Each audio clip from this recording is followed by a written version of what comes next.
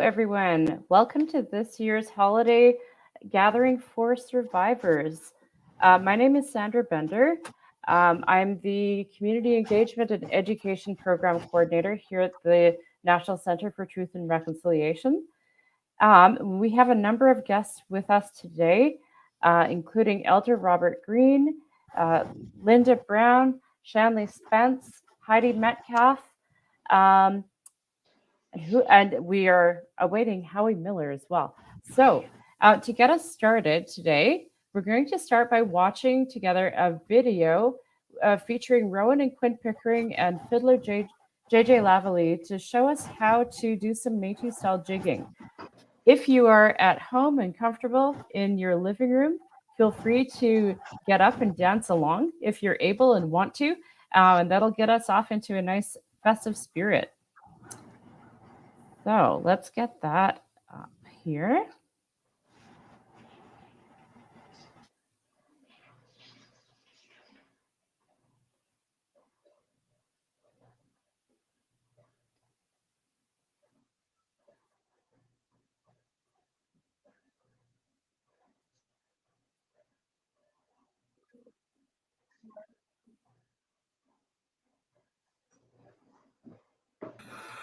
Hey, Sandra, no sound is coming through. Sorry, let's try that again. Pardon me, I'm new at this.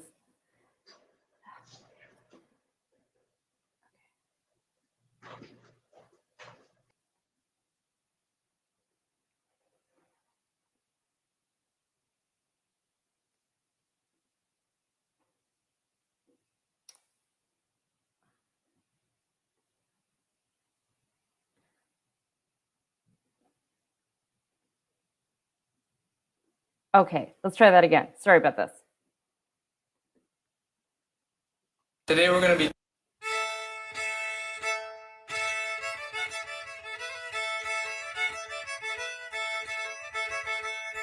Tansei, all my relations. My name is Rowan Pickering. We are the BC Métis Federation dancers. I would like to introduce my brother. Hello, I'm Quinn Pickering. Today we're going to be teaching you how to do the Red River Jig. 3 easy steps, 2 sections, and we have J.J. Lavallee here on fiddle, and he's going to tell us a little bit about the history of the song. Tansei, welcome to the 2020 online virtual Surrey Fusion Festival. Now, the Red River Jig was developed in the early 1800s to attract fur traders to the Red River settlement. So without further ado, here's Rowan and Quinn Pickering. So we're going to be teaching you the basic step first. We'll start with the basic step and move into the fancy step. There are 2 sections of the dance, and it starts off with 3 simple steps. So it goes 1, 2, 3, 1, 2, 3, 1, 2, 3, 1, 2, 3. So when you get the hop down, we move into the next step of the basic step, and it's a kick. So it's 1, 2, 3, kick, 1, 2, 3, kick, 1, 2, 3, kick, 1, 2, 3, kick. And that's our basic step. That's basically our basic step. So you can follow along. And then when the music changes to the second part, the fancy step, we're going to do something called the side to side. So we start with our left foot. Yep. And we go side to side, side to side. So we'll start off slow with JJ playing the Red River Jig, and try and follow along if you want. And and then we'll speed up as we go and see if you can keep up. Don't be afraid to get up and just give her. Just give her. All right, start slow. Slow but slow, right? Yeah.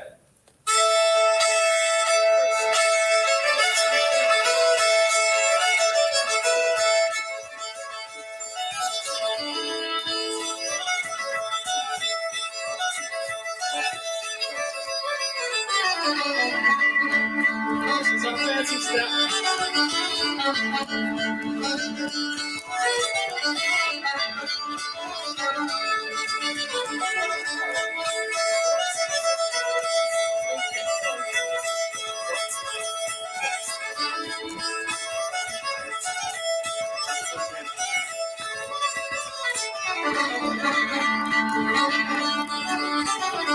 All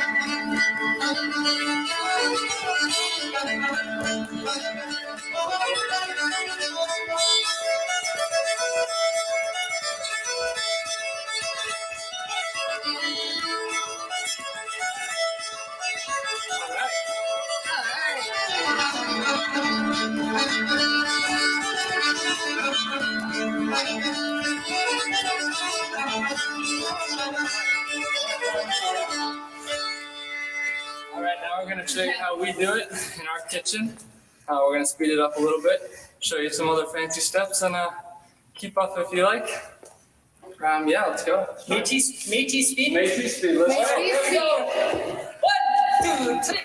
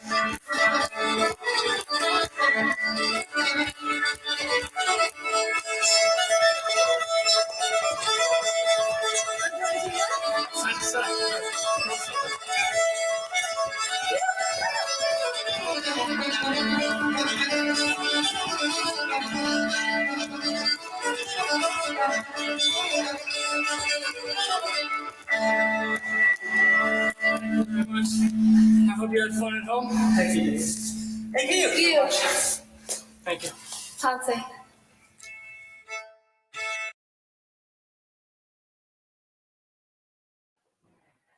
So that was fantastic.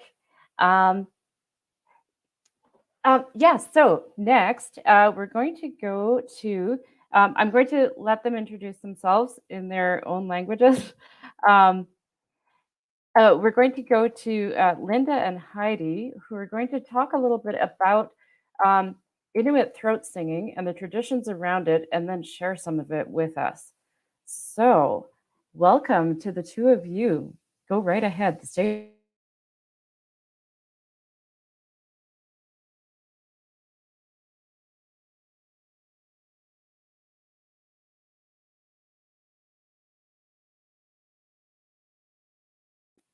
Sorry, the two of you are muted. Can you unmute? But that was the best introduction ever. I'm so sorry about that, guys. My name is Heidi Metcalf. This is Lynda Brown. Together we make up Sikinik Lauta. We find it easier to explain throat singing after we do it. So we're going to start off with a basic competition sound. And it was my cat, Storm, that was in my arms when we started.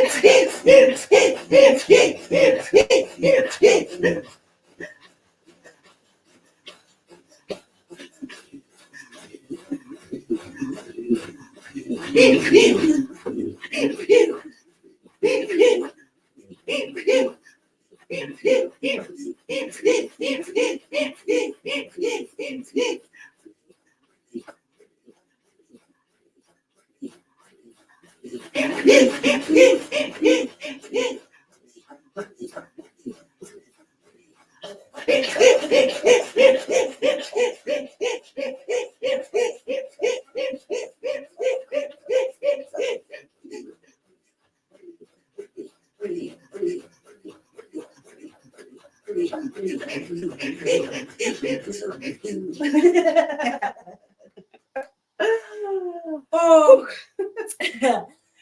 so for those of you who don't know, throat singing is a traditional Inuit game.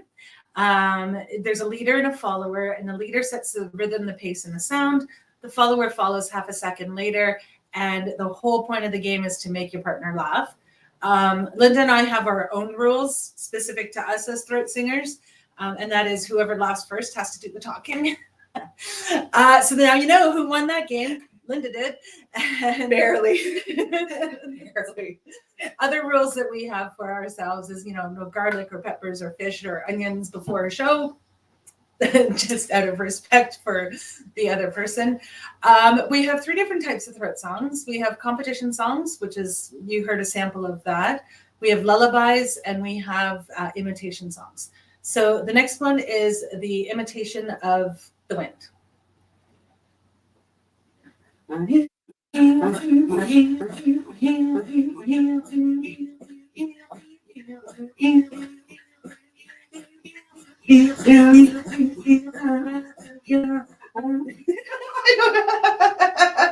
try that one again. We're going to try that one again. I lost that one right from the beginning, but I up then down.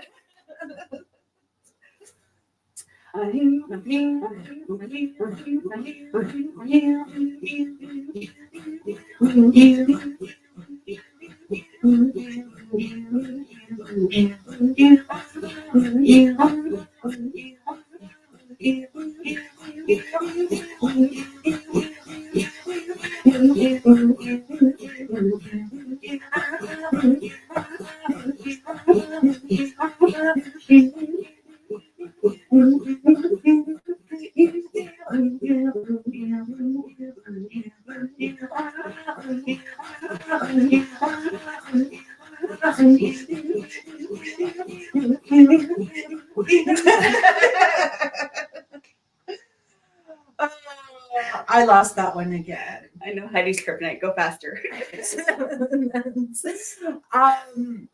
Are there any, it's really different doing an online throat singing. Normally, we can see hands raised if anybody has a question, or we can interact a little bit more. So if you do have questions about Inuit culture, throat singing, drumming, tattoos, what we're wearing, anything like that, please put it in the comments and we will be happy to answer. So we've done a competition song, we've done an imitation. So the next one we're going to do is a lullaby. This comes from the Baker Lake region of Nunavut, which is the only inland Inuit community in Canada. If you look at where all the other communities are, we're all along the coast except for Baker Lake. And if you also think of the geographic center of Canada, all the way from southern Ontario to the Ellesmere Islands, and try to find the middle, you'll come pretty close to Baker Lake. So this is called the love song.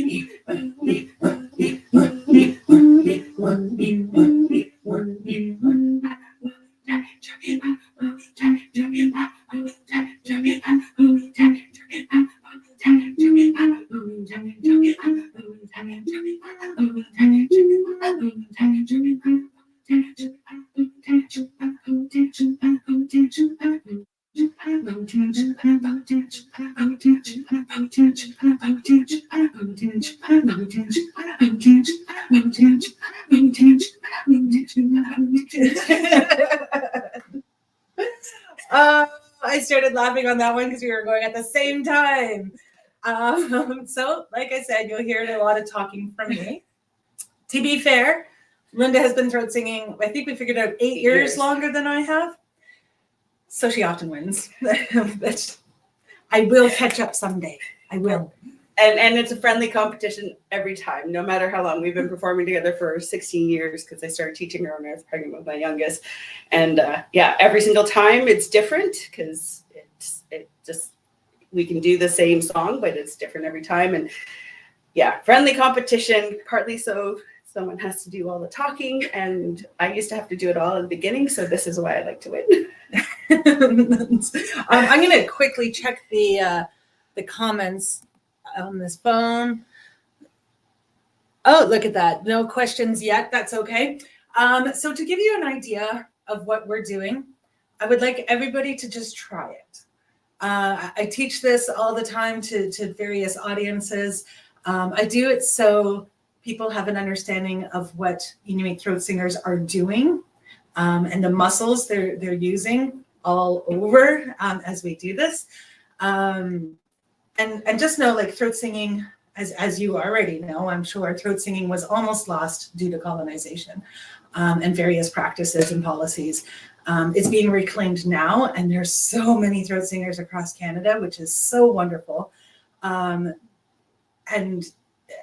it's evolving, and it's just absolutely amazing. We haven't lost all of the old traditional songs. And so every time we meet another throat singer, we teach songs that we know, and then they teach us what they know. And it's absolutely beautiful. But it is being reclaimed by Inuit, and Inuit would like to keep it that way. So to give you an idea of what we're doing, wherever you are, I just want you to say humma, humma, humma.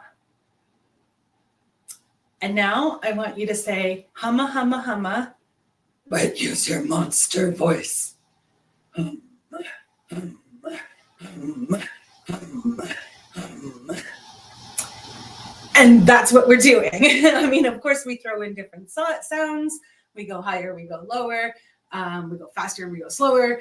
But that is the very basic competition sound. So what some people have done is they use their cell phone. They record themselves going, then play it back and try to jump in. So one of the fun things about humma is when Lynda is saying hum, I'm saying ma, because we're singing like this. And that's why what you hear is very different than what we're actually doing.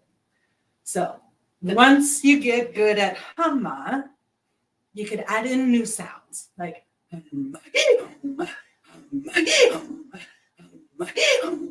which will change up what the sound for the listeners. Awesome. Thanks, Heidi. Yeah, it's definitely different doing it online because normally we can do this, actually get you guys competing. But it's definitely something when I was first learning, it was not making the sounds.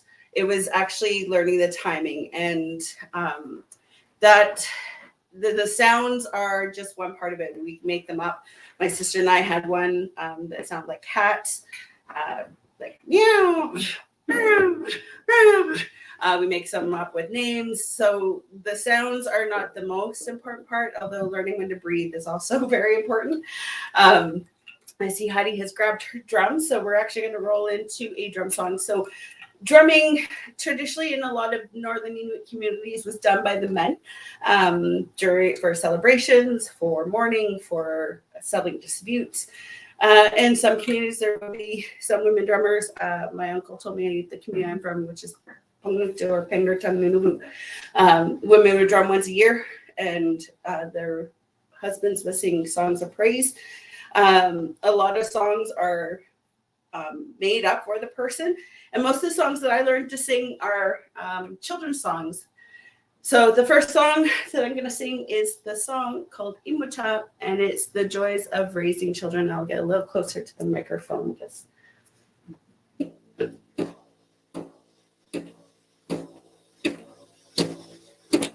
Imuta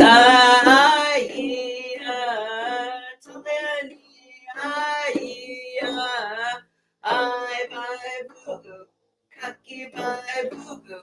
I buy nilly buy, kaki buy nilly buy immutalu talipalu jelu kikiuna. I'm a buck to tell me die. Ingotekwa paluanga siluanga paluanga silu. Immutau tau tau takamuna. It's be like a line of book, I like a line of book. I realized halfway through the drum song that I'm so glad we're doing this during the day, because in the evening when my boys drum, the neighbors either knock on the floor or knock on the ceiling. But not today. Yay. Yeah, and drumming the songs, that one is The Joys of Raising Children, from runny noses to dirty diapers and drinking milk. The next song we're gonna do is actually we'll do two. This one, when I first learned how to throat sing, I actually only knew the first sound, and we didn't know the name of it, but it sounded to us like it said you were saying "Hey baby," so we used to just call it "Hey baby" because you go, and that is where you get your air. But no matter how great of a throat singer you are, you doing that one repeatedly, you do get lightheaded. And there's often other sounds. And so I know two songs with that sound in it. The first one is Polar Bear and the Wolf. So Heidi learned the second part from another throat singer that she traveled with. And that really helps you get good air. And it's what we would imagine it would sound like if a polar bear and the wolf encountered. And the other one is a little softer. It's a more of a lullaby, and it's called Rain. So Polar Bear and Wolf first.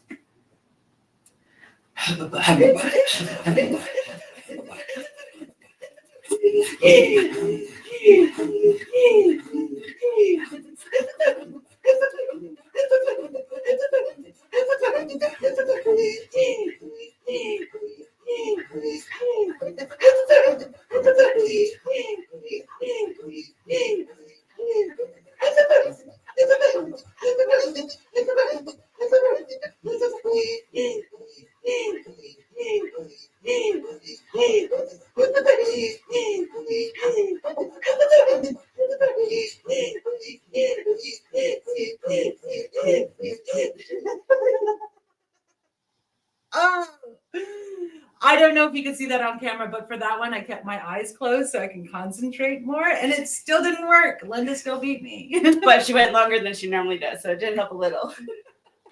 Sometimes when we perform, she wears sunglasses. So I figured closing my eyes would be okay. It worked. Yeah, so that was the Polar Bear and the Wolf. This one, same or similar sounds, but it ends up being a lullaby, and it sounds like the rain.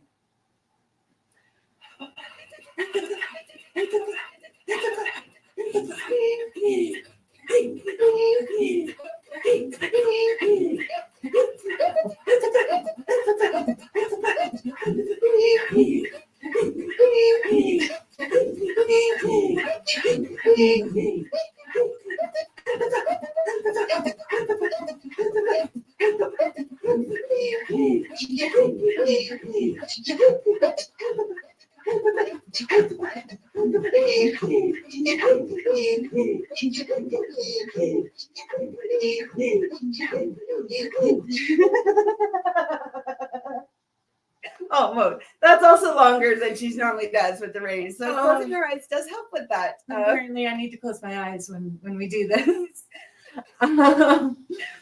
Oh my goodness. So, but the beauty of being the one that always has to talk after losing a game is I get to pick the next song. Doesn't help me any, but I get to pick the next song. So the next one we're going to do for you is the vowels in Inuktitut or Inuktitut. Inuktitut is a specific dialect. Inuktitut means the language that Inuit speak, and there's different dialects across the north. So in most dialects, there are 45 letters, but only 3 vowels. This throat song imitates the sounds that the vowels make. So I, U, A.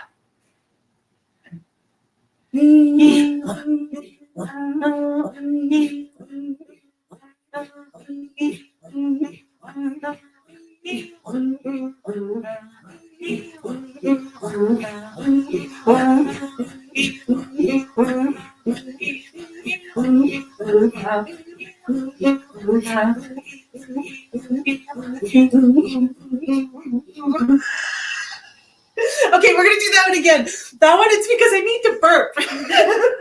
Hang on. There's some weird noises that almost got me before that too. And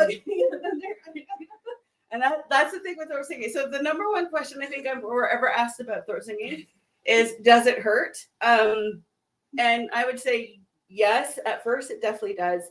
With lots of practice, it goes away. And throat singing, I think, is also a little bit of a misnomer because it's not just your throat that you're engaging your whole core. So if you're holding back a burp, it probably hurts a lot while you're throat singing. So. And I wasn't gonna burp in her face. Thank you. I've raised boys. I know what that's like. I've raised kids. I know what that's like.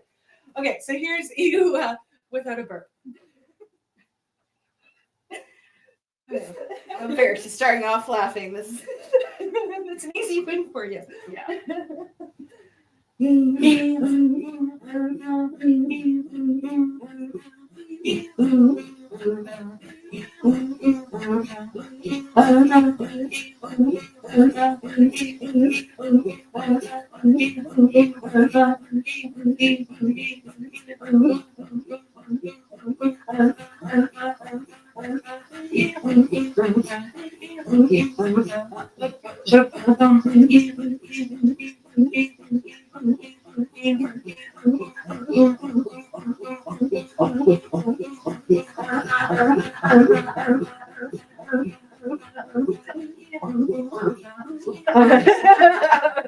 She got me. Like that different every time, no matter what. She didn't know what was coming next. Yeah, I'm just checking the time. So it looks like we have time for one more drum song and one more throat song. I'll let Lynda choose the song that she's going to sing while I grab the drum. This is my absolute favorite drum song. It comes from the high Arctic. I've been told it comes from Pond Inlet, and it comes from a long time ago before pre-colonization, and it comes from the time in which in the high Arctic in the wintertime we experience 24-hour darkness. We also get to 24-hour light in the summer, but before you could just turn on lights, obviously living in the winter was really, really difficult. And so when the sun was about to make its return, Inuit would get really excited because they could tell the sun was coming back by the presence of these two stars that feature in this song. And so the song is called Kubiasalikpunga, which actually translates to I will be happy. So be happy when the sun returns. But for me, it's a celebration song. So this is Kubiasalikpunga.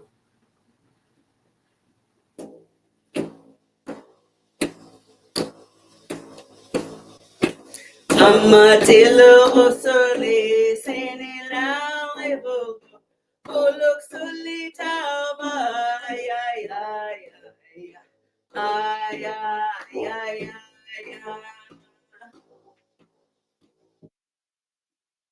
we asule pungainu nelema olok solita ay ay ay ay ay ay ay ay. Aku tuyu engu tibu look solitava. Ya ya ya ya ya ya ya ya ya ya. Aliana toka pukinu rama. Look solitava. Ya ya ya ya. Ay ay ay ay. Omi asulik pungainu nelirama uluk solitama ay ay ay ay ay ay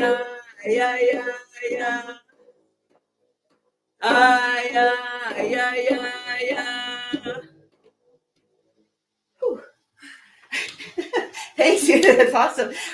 One of the things you probably noticed about Heidi when she was drumming, first of all, this is a modern drum that sounds very much like a traditional one. It's made of roots of nylon and wood, when traditionally would be made out of materials that we had available on hand. Probably would be as round, probably be a lot heavier.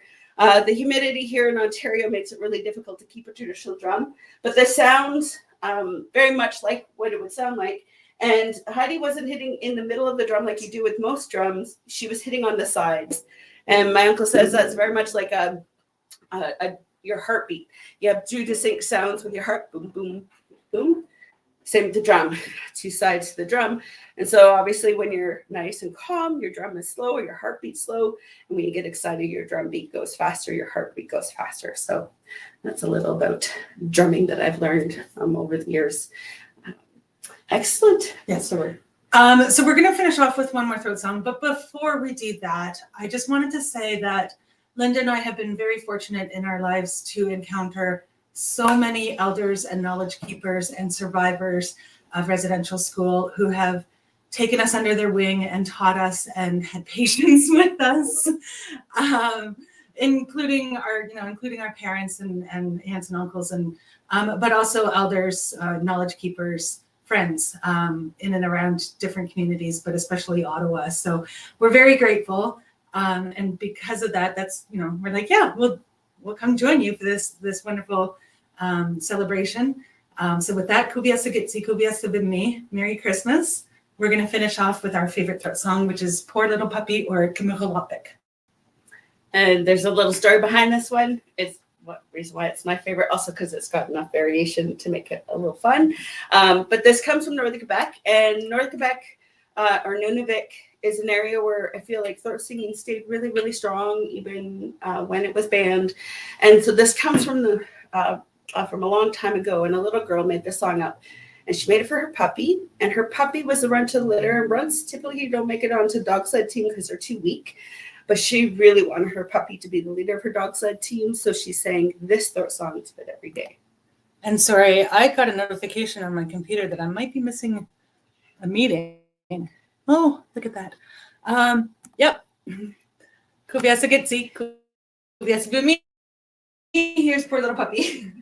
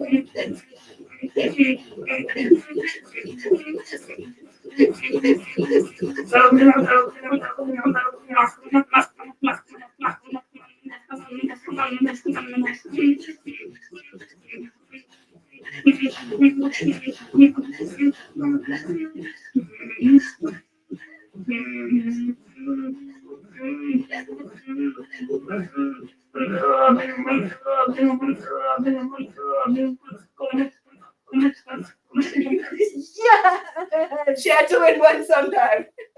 Merry Christmas. I'm very excited. Thank you guys. Go ahead and make. Thank you both so much. That was absolutely phenomenal.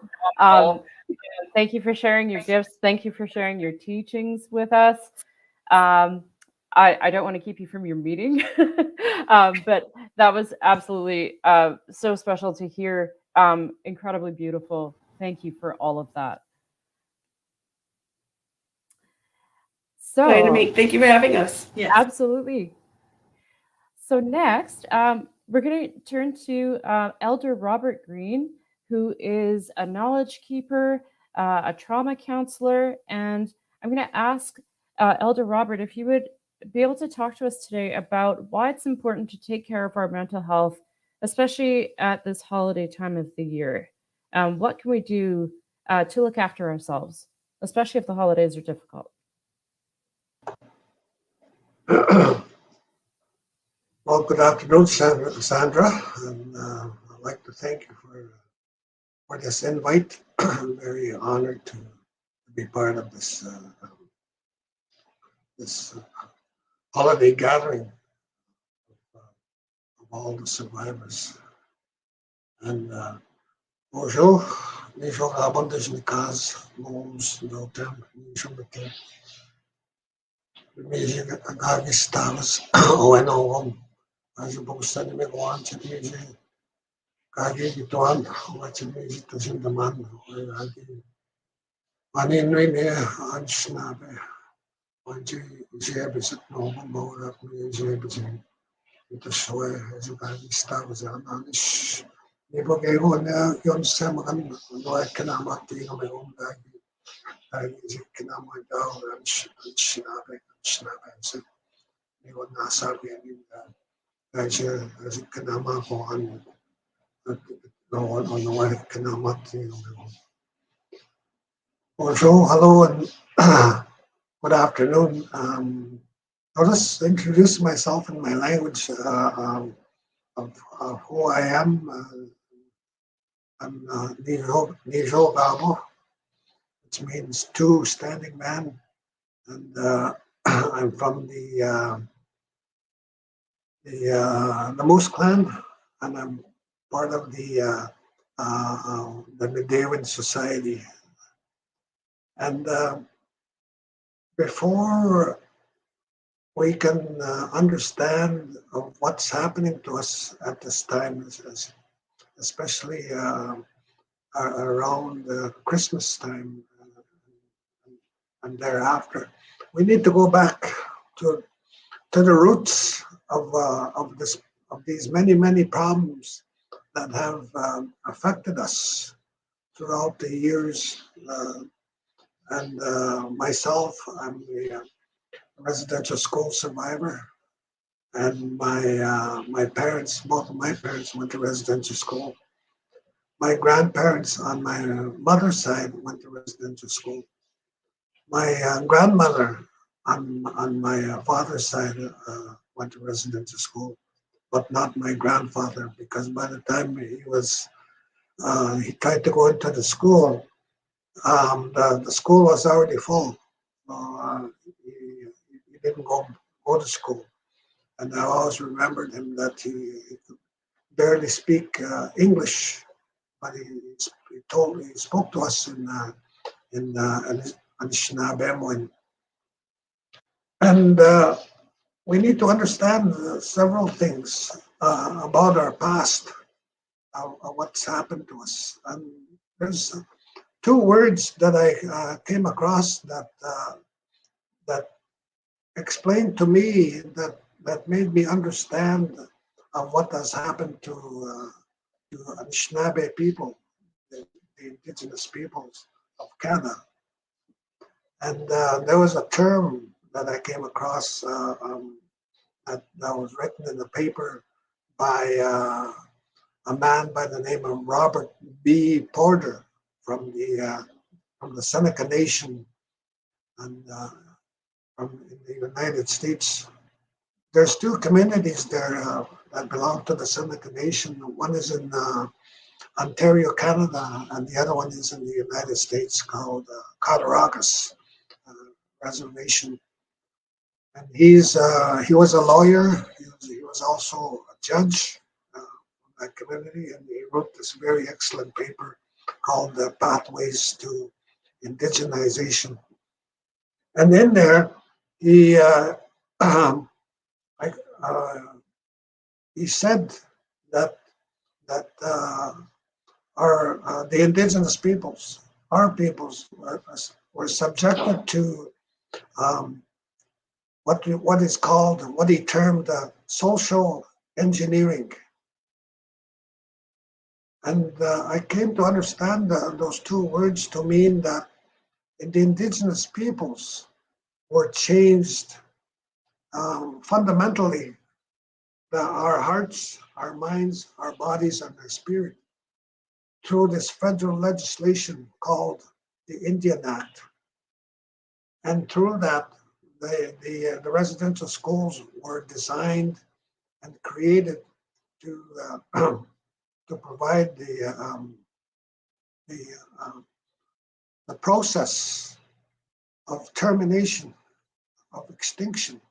This pathway was designed for us to make indigenous peoples in Canada to be extinct, and yet today we have survived all of that. And in that process, I come to understand that a lot of things have changed within us. For an example, when I look at myself, and when I look at my great-grandfather and my great-grandmother, because they did not go to school. That was before the residential schools. That was even before any of these drastic changes that has happened to indigenous peoples were happened. So the language was very much intact. They did practice ceremonies, singing, songs, drumming. And they had various societies that were in existence then. And over time, through my grandfather's, my grandparents' time, and through my own parents, those societies have vanished, have made extinct through the residential schools, through the Indian Act. And my father often talked about that, especially at this time of the year. And as growing up as a little boy in our community, and our community was very isolated. We had no road, we had no hydro, so we were isolated in that sense. So our language was still intact. Some of our culture was still intact then at the time of when my dad talked about that. And during between Christmas and New Year's, they had ceremonies. They had powwows. This was the time of feasting for our loved ones that have gone on to the spirit world. And so food was offered to them, tobacco was offered to them, and gifts was offered to them. And so that we can always have a life on this physical earth, this physical plane that we are living. So a lot of that has disappeared since then. And there was a saying that was coined by the Department of Indian Affairs,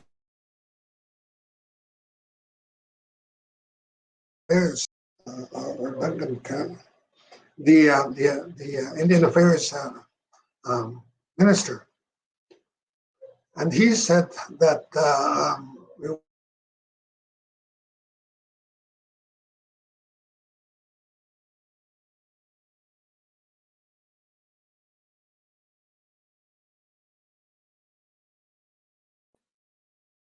and through these generations, when I look at my great grandfather's time and the way he lived, the way they lived off the land, and the way they thought, thinking, critical thinking, imagination, and all of these things that have been changed since then. So his behavior as living off the land is now gone. He was the last of that way of life, that way of living, and we're only keeping a very small part of it, especially our language, our culture, our traditions, and our and our powers. And because of residential schools, because of the things that we went through the residential schools, we were social engineered to be this way. We were brainwashed. We were conditioned to be this way, to lose our way, to lose our language, to lose our religions, to lose our cultures, our traditions, our way of life. And most of us, of our people, have become sedentary, which means they're staying in one place. They're staying at home. They're staying within the reserve. They're no longer. There's very few of our peoples that go out hunting, trapping, fishing, and that lifestyle is going away. It's vanishing. But there's very few people that are hanging on to that. And a lot of the schools, especially my community school, they have a land-based education program where they're taking the kids out in the lake, out in the land, to look at medicines, to go fishing, to go hunting, to go all of that, which is they're trying to bring that back, and it's coming back. And the language too is they're teaching that at the schools, and a lot of our um, our language teachers are doing a good job of revitalizing and bringing back our language. So this conditioning, this brainwashing, has done a number in us. We no longer know who we are. Some of us do not even believe in our own ways of life. We do not follow and believe in our way of our religions. Some of our peoples have now taken up Christianity, and I want to be clear on this that I'm not saying it's a bad thing. I'm not saying it's bad for those ones that do that. It's of their own choice that they turn to Christianity, because there's nothing else. There's nothing else to take place of that, of what was taken from us, what we've lost through residential schools. And in the residential schools, and I still do this, even though I'm not in residential school, we were brainwashed and conditioned to make our beds in a certain way. And I still do that. I still make my bed in the morning, even though I don't want to do it. And still, I do it. I keep my shoes by the doorway and hang up my clothes. Everything is done. I'm still doing it in the way I was taught at the residential schools. Residential schools, we had a rigid, structured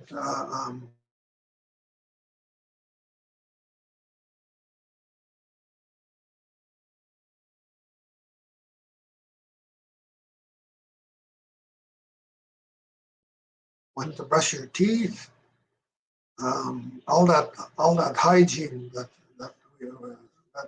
was taught to us. I still do that.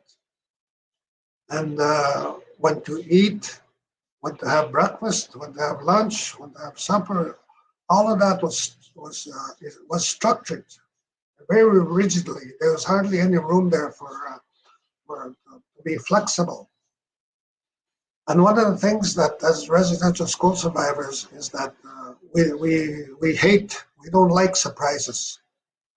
Because during the time when we were in residential school, when there was a surprise of something that has happened, it always turns out to be bad. And always turned out to be that we were punished for something.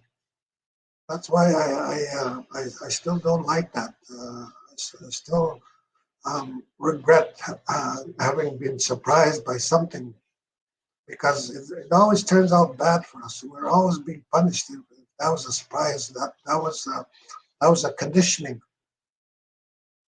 And I hate to be late for something.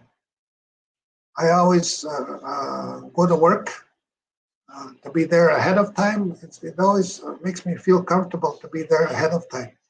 And I get very anxious. I get very probably irritable if I'm late for something. It doesn't matter what it is, a dental appointment, eye appointment, whether it's work, whether it's meeting somebody, I'm going out for lunch or for dinner.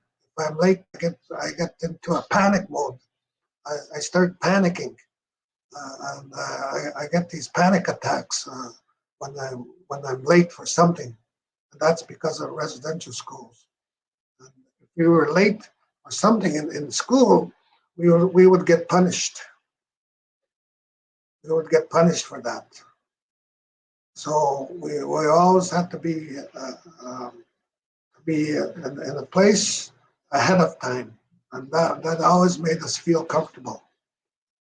We were always punished for every little thing that we did. So our lives were very structured, very controlled, like the Indian Act. The Indian Act is a piece of federal legislation that controls our lives. And that legislation was created and designed for Indigenous peoples. And there's no other legislation anywhere around the world that is solely designed for Indian people to be controlled, to be managed, to be controlled in that way. Every aspect of our lives is controlled that way. So when there's no room for flexibility, our people get to not enjoy this time of the year, even though that the residential schools have been closed so far. But we still remember that. But the hope is we can get out of it. And we must teach ourselves, we must believe within ourselves that we can change our present circumstances. We can always change it. And one of the ways that I found healing for myself is that I really wanted that. I really wanted to heal. I needed to get away from drinking, from doing drugs and all of that in my community. That was the darkest point in my life. I became what was taught to us in residential school is to be abusive, to have no respect for women, to have no respect for anybody, to have no even respect for ourselves because of the way that we were punished in the residential schools. So that part of brainwashing and that management and control was very strict, was very rigid, and some of the things that we're still doing that, but we can always change it, because to learn that you want healing or you want to change your present circumstances from the way you're living now to a better life, there is hope for that. Even though I went through the most darkest part of our past, resident.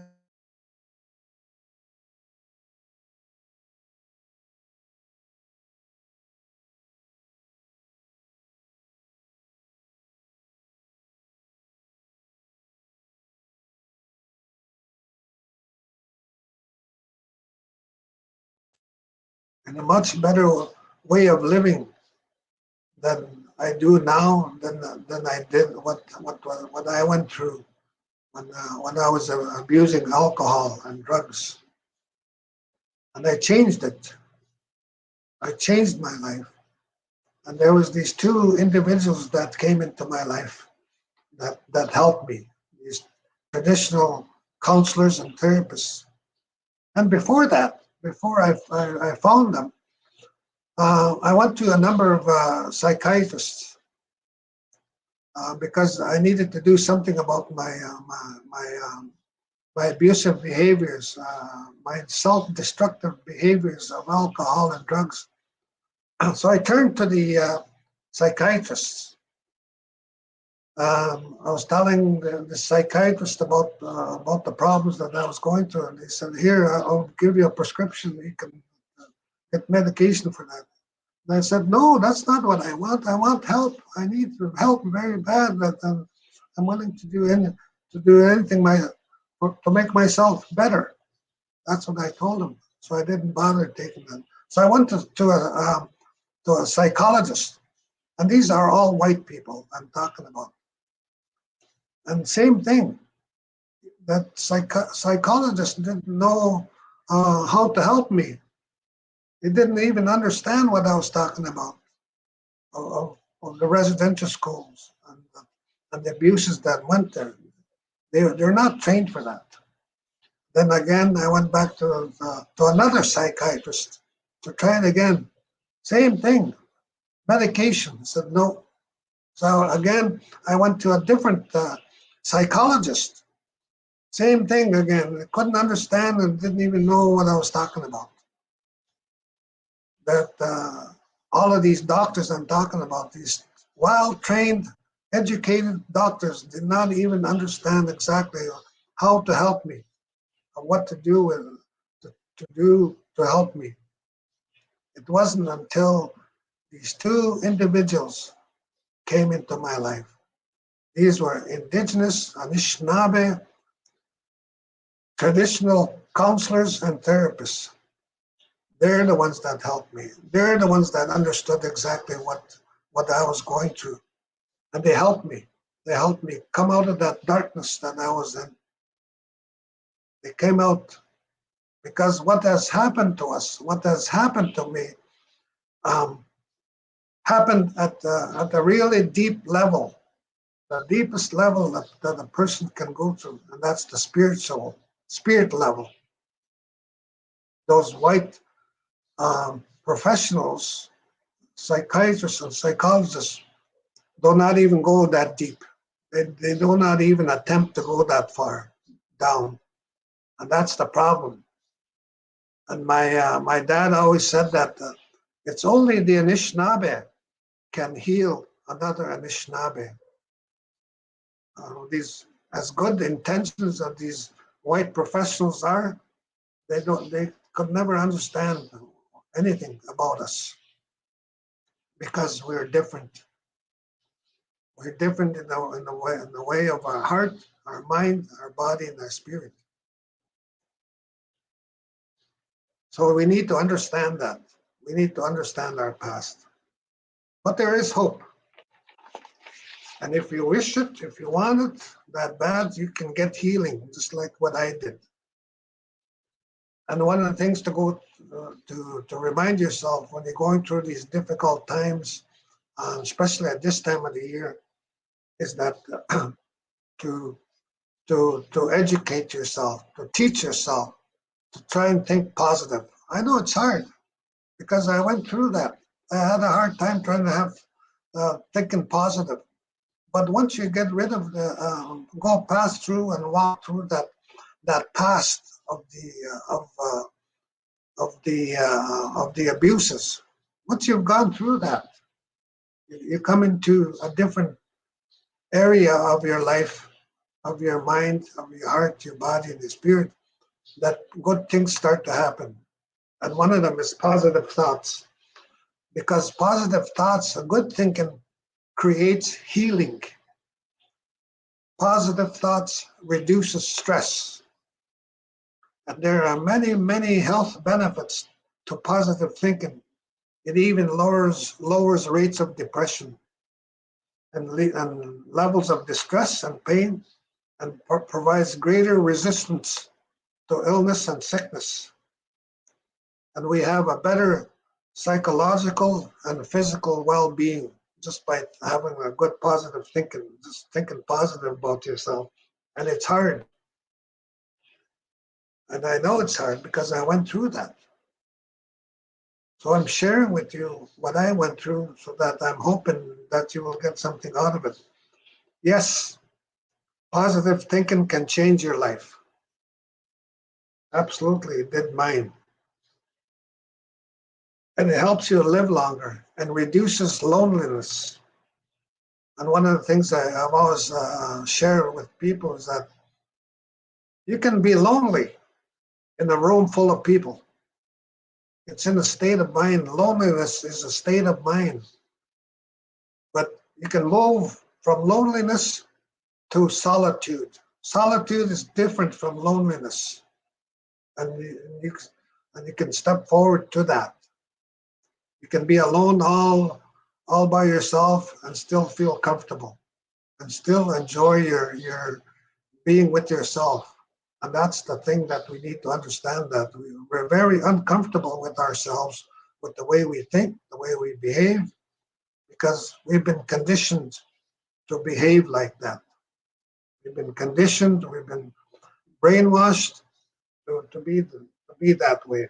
So you got to empower yourself and to take control of your life. especially at this time of the year. And there's a lot of things that you can go through by thinking positive, helping yourself, helping you heal, and ceremonies is another thing that took me out of that self-destructive lifestyle that I was living. Sweat lodge, powwow, singing, dancing, Medewan ceremonies, and all of that is very beneficial to our people. And like I said, there's nothing wrong with our people that have embraced Christianity, because there's nothing left for them. There's nothing left for them to help them to reach the Creator. If that helps them, good for them. I know a lot of my own relatives, my own cousins have turned to Christianity, and now they're living a good life. They quit drinking, they quit smoking, they quit all of these self-destructive behaviors because of Christianity. Good for them. And I have nothing bad to say about that. I follow my own way. What little is left from my great-grandfather, I try to bring that back so that our people that come looking for this way, then there's a lot of people that come looking for that. So what do we do in return? They have names given to them, Anishinaabe names, their spiritual names. They also are given their clans, their colors. That's an essential part of our identity as Anishinaabe people, is a name, clan, and colors. So we're helping to revitalize our indigenous peoples to find their way back to who they truly are. So those are some of the things that I've been thinking about these past few days of what to share with each and every individual who are listening. And I hope to cross paths with many of you in the many days ahead. So I'm looking forward to that. And miigwech for allowing me to have this time. Sandra, thank you very much. Thank you so much, Elder Robert, to Miigwech, for your wisdom, for sharing from such deeply personal experiences. I know, as I said, personally benefited from hearing you speak before. I just thank you so much for being with us here today. Thank you. All right. So now we're going to go to Shanley Spence. Shanley is a hoop dancer, an incredible one. So I'll let you introduce yourself, Shanley, and then I'm going to see if I can figure out the tech on my end to share your video. I know it's incredibly difficult to do things like dance on a little screen. So Shanley has kindly shared a really incredible video that I can't wait to watch again. So Shanley, tell us about yourself and about hoop dancing, if you would. Hello, everybody. Hopefully you can hear me. Tanse Anin Buju. My English name is Shanley Spence. My spirit name is Wapan Gisagawi Pisim Esqueo, which in the Cree or Nahithao or Innu language translates to early morning sun woman or dawn woman.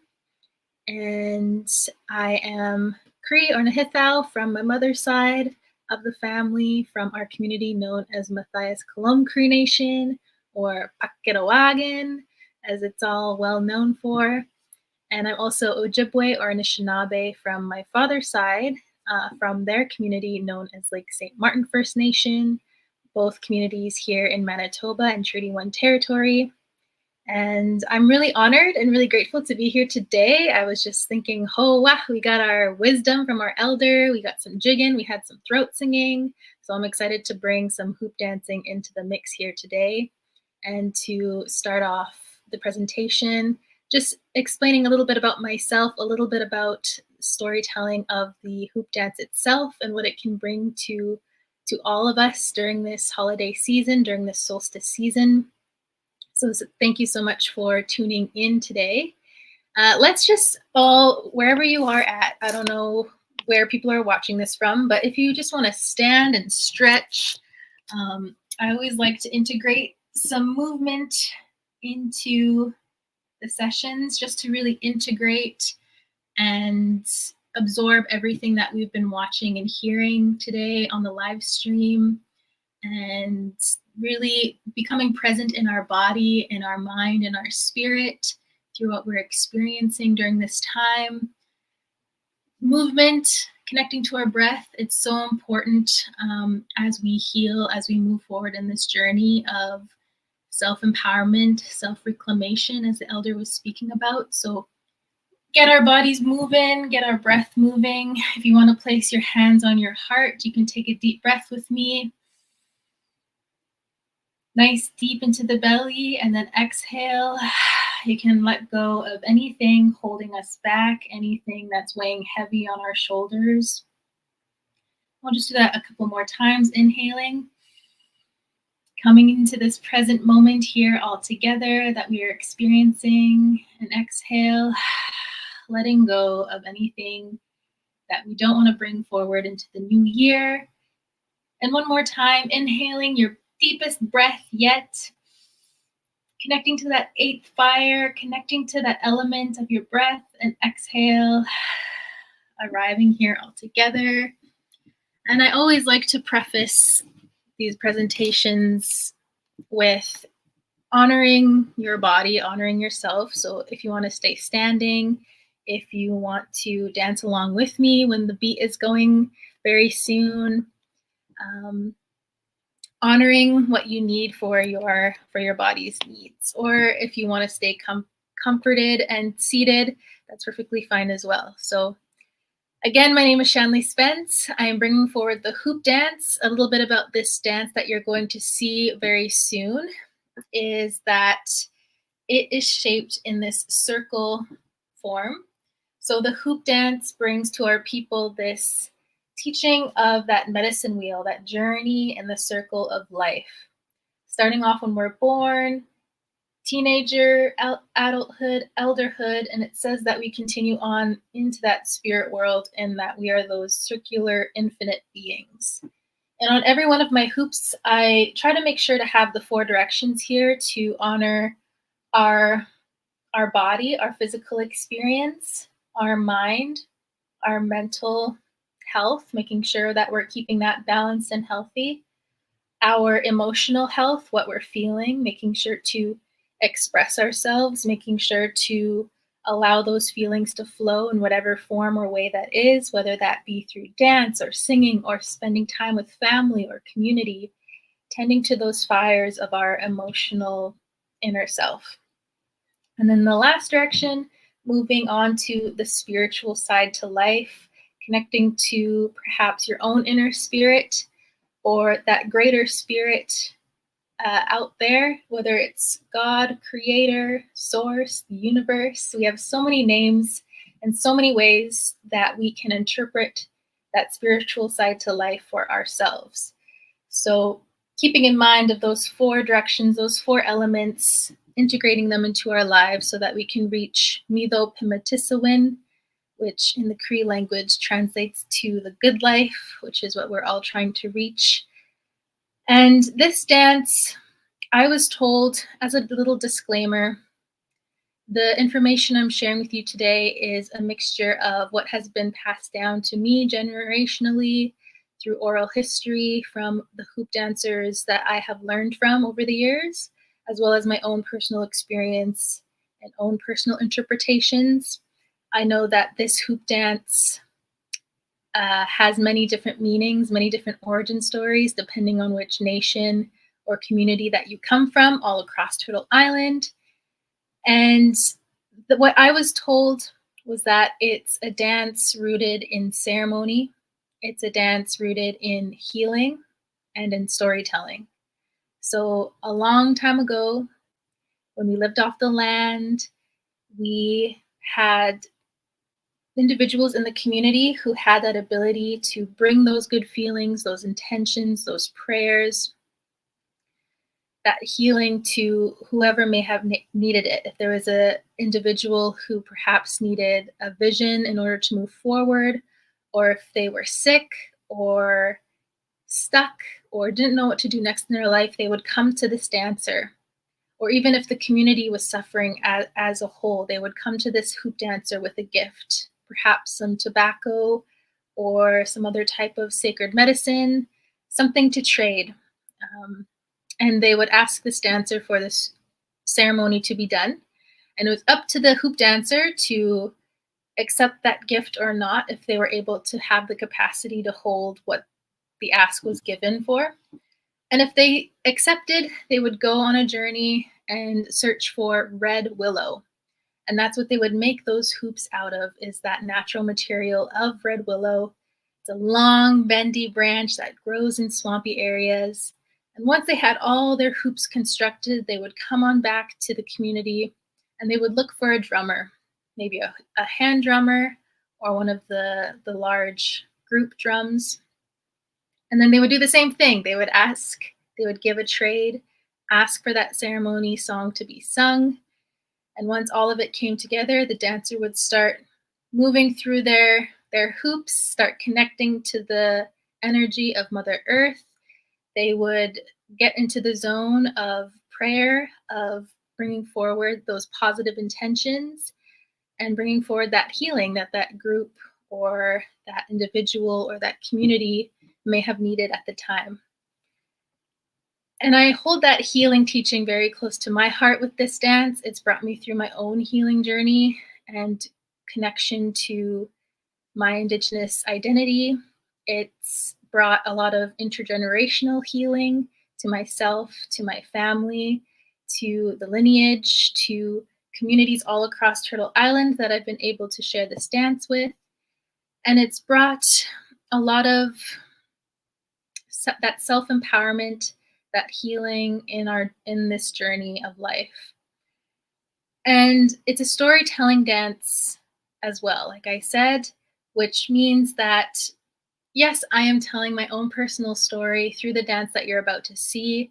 And I like to think of it as a story of our collective evolution, that collective healing, how we all start with one and we might feel alone, but we need support, we need community, we need all of us to come together to create this world that we live in. And so even though I'm interpreting this story from my point of view, it's also a story for each and every one of you who are here today to witness this dance. And so I invite you to open up your heart, open up your mind, open your eyes, open your imagination, connect to your inner child, and see what you can see through this dance. You might see an eagle soaring through the sky. You might see a blooming flower. You might see some type of illusion or movement that may trigger a memory or a feeling. And allow that to flow. Allow that to be alive within yourself. Do your best to not resist those feelings, those emotions that may arise. Invite them into your experience. And so before we get started here, I have some prairie sage that I'd like to light. And as I light these medicines, I would like you to take a moment. You can close your eyes, just be present with yourself. And before the dance begins, I would like us to send a prayer out or send an intention out to what you believe in, whether it be Creator, Mother Earth, God, Source, the universe. Sending out that prayer, sending out that invitation to what you hope this dance brings, whether that be your own healing through your own journey, whether that be to a specific member of your family or your family as a whole. Maybe you want to send that prayer or that intention out to your community, to the youth, to the elders, to the lands, to the waters, to the reclamation, to the celebration of our culture, a way to transcend, to alchemize our history. Maybe it's a prayer on how we can move forward in that good way, collectively with our visions, moving forward in our healing journeys here all together. Wherever you feel you need to send that energy to, I allow this smoke to carry that prayer, that intention, and as the dance happens, we can watch it be transmuted. We can watch it being brought to fruition.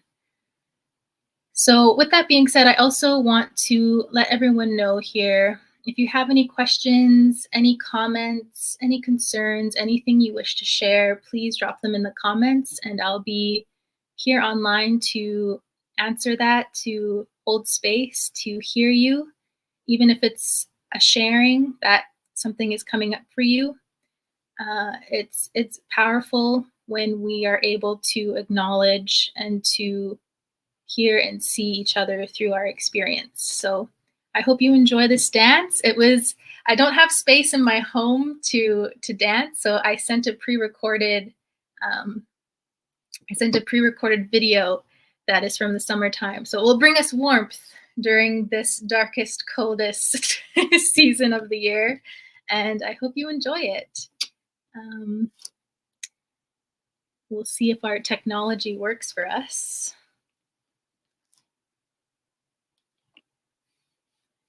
See if there's any comments or questions. Oh, lovely. Someone's tuning in from Mexico. Thank you, Tina. Here we go.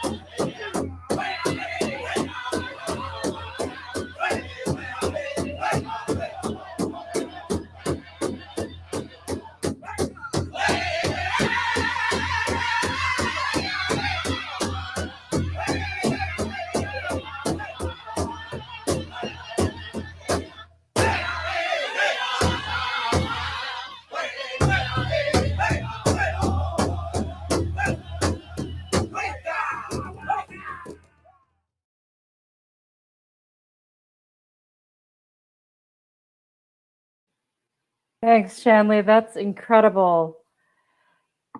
That, Another yeah, what a great way to finish off with today. It's just incredible. I already watched it twice this morning.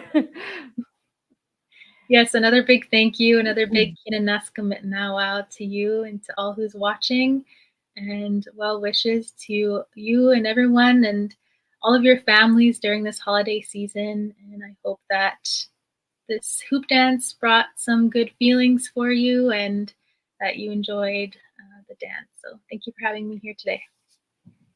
Thank you so much. Thanks to all of you who shared your gifts and participated today. I know it's incredibly healing and helpful for the survivor community. Please do reach out. There are supports out there if you need them. Oh, there we go. My colleague and I are accidentally canceling each other out. Yeah, indeed, it was incredibly beautiful. Everything everyone contributed is so profound and deeply appreciated. So thank you all so much for joining us, and we wish you a really happy and safe and comfortable holiday season.